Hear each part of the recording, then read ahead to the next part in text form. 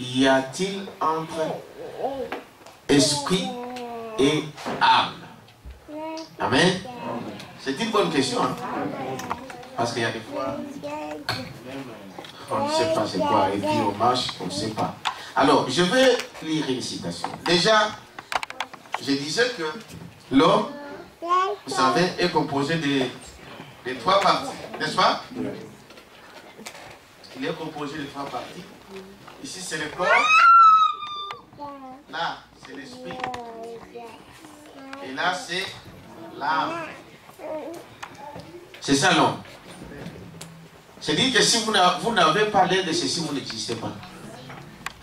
Amen. Si donc il n'y a pas de 3, donc l'homme, frère madame, dit c'est le 3. Amen. Votre corps, votre esprit et votre âme. Si l'esprit n'est pas là, tu es mort. Et l'esprit, vous ne pouvez pas le voir sans corps. N'est-ce pas? Donc l'homme existe en complexe en 3 parties. Et nous savons que le corps est composé de 5 sens. L'esprit est composé aussi de quoi? De 5 sens. Et l'âme est composée de... C'est soit. Amen. Maintenant, le frère a posé la question, quelle différence il y a entre le corps et l'esprit? J'ai dit quoi? Ah, l'âme et l'esprit. Voilà. Alors, le prophète a répondu à cette question, on lui a posé cette question. Alors, il dit, je suis dans le message questions et réponses. Donc, c'est dans les COP, c'est du 15 octobre 61. Il dit au paragraphe 157. S'il vous plaît, expliquez la différence entre l'esprit et l'âme. Madame, bon, ça c'est une question difficile. Amen. Mais d'abord, vous êtes un être triple. C'est ce que je viens de dire. L'homme est un être triple. Donc, c'est quand vous entendez les gens dire Père, Fils et Saint-Esprit, ils pensent qu'il y a 3 personnes différentes. En fait, il n'y a qu'une seule personne. Parce que Père, ce n'est pas un nom. Ce n'est pas une entité différente, séparée. Amen. Père, c'est un titre. Fils aussi, c'est un titre. Amen. Et qu'est-ce que nous voyons? Que le Père, le Fils et le Saint-Esprit, son nom, c'est le Seigneur Jésus-Christ. Amen. Il est Père sous forme de l'Esprit. Vous ne le voyez pas. Mais quand il prend la chair, il vient sur la terre, nous l'appelons Fils. Amen. Parce qu'il est engendré, il sort de quelque chose. Amen. Et quand il retourne sous forme de l'Esprit et il revient à nous, nous l'appelons Saint-Esprit. Il n'y a pas 3 personnes. Il n'y a qu'un, mais qui fait des fonctions différentes. Je suis papa, n'est-ce pas? J'ai des enfants. Je suis aussi pasteur. Hein? Je conduis une église. Hein? Donc, je peux être aussi, comme on peut dire, un cantonnier dans la rue en faisant le travail. Mais, voilà, comme un enseignant. Donc, une seule personne, mais je fais des fonctions différentes. Maintenant, Dieu fait la différence de toutes ces choses. Quand je suis père, je fais le travail du père. Amen. Quand je suis fils, je fais le travail du fils. Mais le diable a amené la confusion.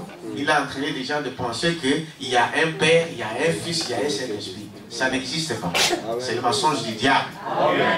Amen. Alors, l'homme est triple.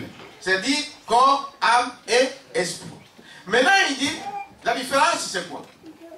Donc, nous savons que nous sommes déjà triples. Donc, comme Père, Fils et Saint-Esprit, c'est ce qu'il explique aussi. Père, Fils et Saint-Esprit sont 3 titres, c'est rapportant à une seule personne, c'est-à-dire Jésus-Christ. Et vous êtes âme, corps et esprit. Mais il faut ces 3 éléments pour constituer votre personne. Amen. S'il n'y a qu'un seul de ces éléments, vous n'êtes pas, vous n'existez pas. Il faut les 3 éléments pour constituer votre personne. Comme je l'ai dit l'autre jour, ceci c'est ma main, ceci c'est mon doigt, ceci est mon nez, ceci c'est mes yeux, mais moi, c'est qui? Amen. Amen. Donc, vous me voyez, vous voyez ma main, vous voyez mes yeux, Mais le vrai moi, vous ne le voyez pas. Amen. Amen. Ce que vous êtes, tu ne l'as jamais vu. Il est où? À moi. Il est à l'intérieur. C'est ça le moi. Et ce moi-là, c'est ça l'esprit. Amen. Amen. Donc le vrai moi, c'est un esprit. Dieu, quand il nous a créés, Dieu d'abord lui-même, il est esprit. Et la Bible nous dit dans Genèse que quand Dieu créa l'homme, les premiers hommes qu'il créa, il les créa à son image. Et son image, ce n'est pas le corps. Son première image, c'est l'esprit. Amen. Amen. Amen. Donc l'homme d'abord est esprit. Et dans la même Bible, dans Genèse 2, la Bible nous dit que maintenant l'homme esprit, Dieu a pris cet homme-là, il a pris une motte de terre. Amen. Amen. Allez lire Genèse chapitre 2. Il a pris une motte de terre et il a mis cet esprit dans ses corps. Amen. Amen. Et il a soufflé. Et cet homme devient un être vivant. Vous voyez, n'est-ce pas? Alors, frère Branham dit, comme la Bible d'ailleurs, c'est-à-dire que l'homme et l'esprit, il est créé à l'image de qui? De Dieu. Mais Dieu a pris cet homme esprit, il l'a mis dans une motte de terre. Il a soufflé, l'âme devient une âme vivante. C'est ça, n'est-ce pas? Amen. Alors, la différence, c'est quoi? Il dit ceci. Voyez-vous, celui à qui appartient tout ça, c'est qui? C'est ce qui est à l'intérieur de moi. C'est ça le vrai moi. Amen. C'est ça l'intelligence. Si ces yeux, si ces mains, si ce corps s'est trouvé ici exactement tel qu'il est aujourd'hui, je pourrais quand même, mon corps pourrait être ici, mais moi, ce que je suis pourrait être parti. Voyez-vous?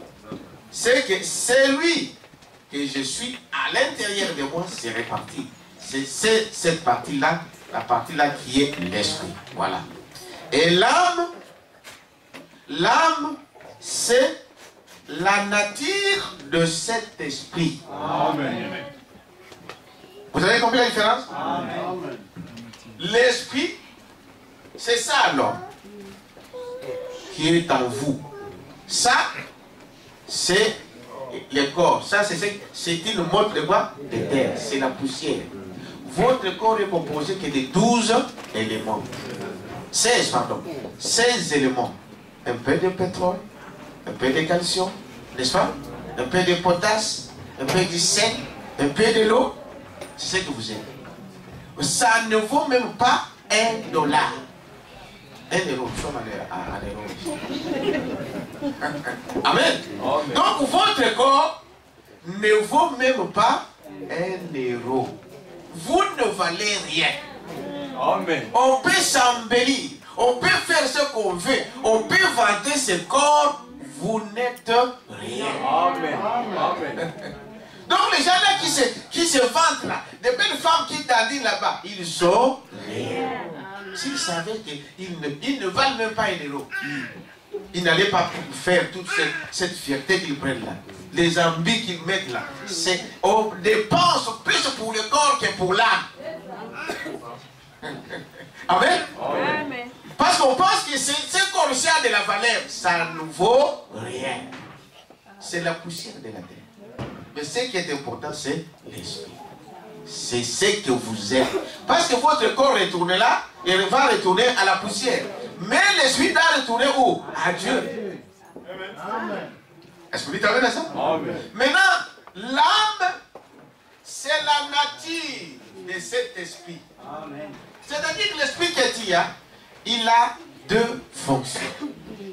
C'est soit il croit la parole de Dieu, et c'est cette âme qui sera sauvée. Amen. Soit vous avez des doutes, et celui qui ne croit pas, l'incrédule, ne verra pas Dieu. Amen. Est-ce que vous avez compris? Amen. Donc, l'esprit, c'est la nature de l'âme. Pardon, l'âme, c'est la nature de l'esprit. C'est-à-dire que ce que vous manifestez, n'est-ce pas? Amen. Ce que tu manifestes dans ta vie, c'est ça la nature de ton esprit. Si tu ne fais que parler du mal, en fait, ton esprit est caractérisé par les critiques. Si tu es homme en terre, donc c'est ça la nature de l'esprit. C'est ça qui donne l'âme. Et il n'y a que la foi ou les doutes. Je crois que mon frère qui a posé la question a compris. Et Dieu te bénisse, papa. Ça va? Ok. Deuxième question. Avant, nous allons... Et c'est à propos de la seconde venue. Ça, c'est un peu plus haut. Ça, c'est un peu plus haut. Alors, la question qui m'a été posée, c'est de dire, pasteur, je ne vois pas le frère. Je vais quand même pas s'il va répondre. Peut-être quelqu'un d'autre pourra avoir besoin de cela. Pasteur, quand nous parlons de la manifestation des fils de l'homme, Amen. Amen. Est-ce c'est la seconde venue? Amen. Amen. Maintenant, quand nous parlons de la manifestation du Fils de l'homme, il s'agit de quoi? La manifestation du Fils de l'homme, c'est Frère Branham nous ramène à l'époque de Lot. Amen. Amen. De ce Luc 17, 30. N'est-ce pas? Il nous ramène donc à l'époque de Lot. Et qu'est-ce qui s'est passé à l'époque de Lot? À l'époque de Lot, Abraham a vu, Amen, Amen, Dieu venant dans une chair humaine. Donc Dieu qui est esprit, il voulait visiter son fils. Amen. À cause du bruit qui est monté jusqu'à lui. Et Dieu esprit, pour venir visiter son fils, il devait prendre un corps. Est-ce que tu as ça? Amen. Alors ce Dieu-là, Jéhovah, Amen. Donc, Elohim a pris une motte de terre. Et il est entré dans cette motte de terre. C'est ça, n'est-ce pas? Et il n'était pas seul, il était accompagné de 2 hommes. Et il a pris une autre motte de terre. Il a placé là-dedans Michael. Il a pris une 3e motte de terre. Il a placé là Gabriel. Et ils sont avancés devant Abraham. Amen. Amen. Branham nous dit que cette manifestation-là, Dieu venant dans la chair humaine, Amen, Amen, il doit aussi le faire avant sa seconde venue. Amen. Amen. Vous voyez, n'est-ce pas? Amen. Donc, quand nous voyons Dieu dans un homme, Amen, Amen, Frère Branham dit que c'est le dernier signe avant sa seconde venue. C'est-à-dire, la manifestation de Dieu dans une chair humaine, ce n'est pas la seconde venue. C'est un signe. C'est le dernier signe. Amen. Amen. Amen. Je vais lire le prophète comme ça pour dire que ce n'est pas nos pensées. Dans le message, pouvant sa parole du 26 avril 1965, nous sommes en 1965. Donc, les aigles ils comprennent pourquoi j'ai dit je suis sur 65. Est-ce que vous dites amen à ça? Amen. Et il dit maintenant, c'est Branham qui parle, tu es venu sur la terre sous la forme du Saint-Esprit. D'abord, il dit, plus haut, nous sommes donc arrivés à l'arrivée du temps de la fin, que le Fils de l'homme se révélerait de la même manière qu'il l'avait fait à Sodome. Amen. Amen. Amen. Il le ferait comme il avait fait où? À Sodome. Tu l'as promis, c'est Jésus qui a promis ça. Amen. Maintenant, tu es venu sur la terre sous la forme du Saint-Esprit. Et tu es venu au milieu de nous ce soir. Amen. De nous qui croyons. Amen. Il vient pour ceux qui croient. Amen. Et il viendra pour ceux qui l'entendent. Amen. Si vous ne l'attendez pas, il ne viendra pas pour vous. C'est clair, vous savez. Amen. Il vient pour ceux qui l'entendent. Si tu n'attends rien, tu n'auras rien. Amen. Est-ce que vous dites amen à ça? Et tu es venu au milieu de nous ce soir, de nous qui croyons, et tu l'as prouvé. tu as prouvé ta parole, comme tu l'avais fait ces jours-là. Nous n'avons pas besoin de plus de preuves. Tu es parmi nous. Nous t'aimons et nous nous rendons compte que selon les Écritures, ceci est le dernier signe juste avant ta venue. Amen. Amen. Je crois que c'est très clair. Voilà pourquoi, quand on parle que Jésus est venu, non, je ne comprends pas de quel Jésus vous parlez. Est-ce que vous dites amen à ça? Amen. Jésus est ici. Amen. Amen. Sous forme du Saint-Esprit. Amen. Amen. C'est ça la présence, la manifestation du Fils de l'homme. C'est cette colonne de feu là. C'est ça que vous voyez là. C'était pour accomplir la promesse. Amen. De revenir dans un homme, dans une chair humaine. Amen. Donc ceci n'est pas la seconde venue, mais la manifestation du Fils de l'homme. Nous croyons qu'il est ici avec nous. Mais nous attendons sa venue. Nous attendons sa venue physique, c'est vrai. Dites amen à ça? Voilà, donc ce sont ces deux questions qui m'ont été posées. Maintenant, nous allons lever la parole.